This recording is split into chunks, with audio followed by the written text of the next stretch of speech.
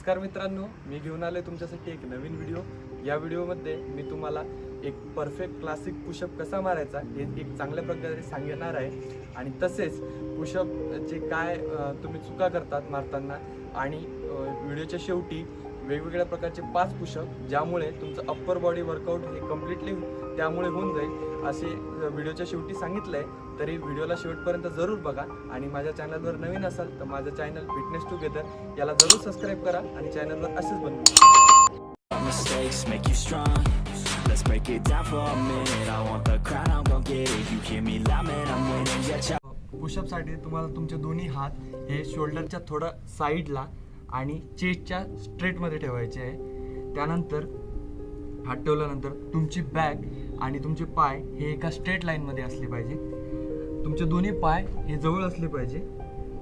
त्यानंतर तुम्हाला एक सिंपलसा असं एक पुशअप मारायचा आहे।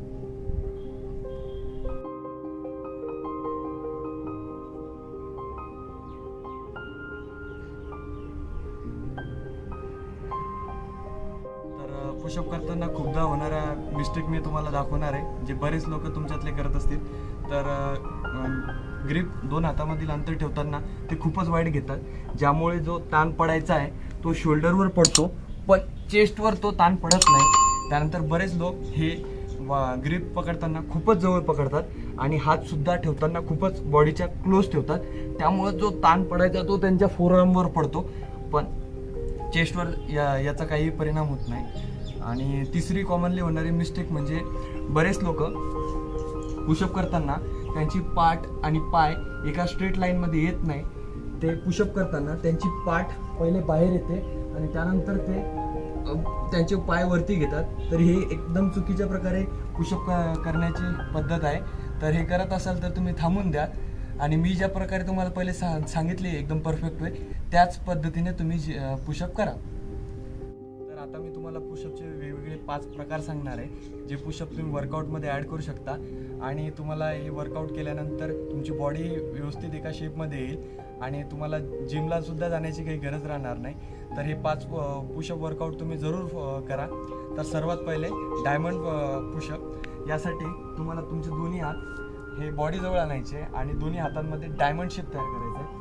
हात एकदम चेस्टच्या खाली आणि तुम्हाला एक परफेक्ट असं पुशअप लावायचं आहे। या पुशअप मध्ये तुमच्या ट्रायसेपवर ताण पडतो, सोबतच तुमच्या चेस्टवर सुद्धा ताण पडतो। तर ही ट्रायसेपसाठी बेस्ट पुशअप वर्कआउट आहे।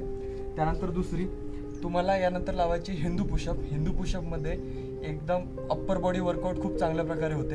तर हिंदू पुशअप लावण्यासाठी तुम्हाला परत ग्रिप वाईड ग्रिप ठेवायची आहे थोडी आणि त्यानंतर तुम्हाला थोडं बॉडी मागे नेऊन मग पूर्ण खाली न टेकता वरती यायचं। रिटर्न त्याच पोझिशनमध्ये तुम्हाला खाली न टेकता परत वापस जायचं आहे।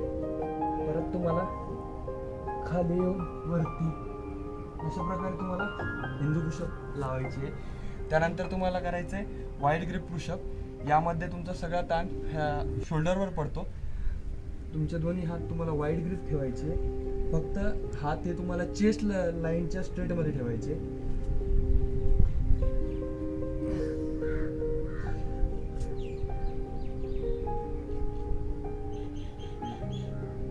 बेस्ट पुशअप आहे शोल्डरसाठी। वाईड मला शोल्डर करायचे असतील तर हे पुशअप एकदम परफेक्ट आहे। त्यानंतर चौथा पुशअप आहे वन लेग पुशअप। यामध्ये तुम्हाला तुमचे दोन्ही पाय एक पाय एकावर पाय ठेवायचा आहे आणि तुम्हाला एक सिंपल पुशअप करायचा। यामध्ये सर्व तुमचा ताण हा चेस्टवर पडतो।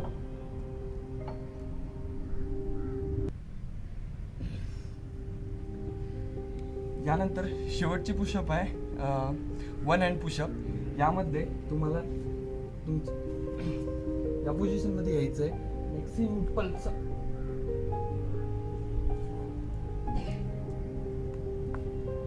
या पुशअपमध्ये तुमचे चेस्ट आणि ट्रायसेप प्लस शोल्डर तिन्ही वर्कआउट होतात आणि यासाठी तुम्हाला खूप स्ट्रेंथ लागते। तर हळूहळू तुम्ही पण या पुशअप करायला सुरुवात करा।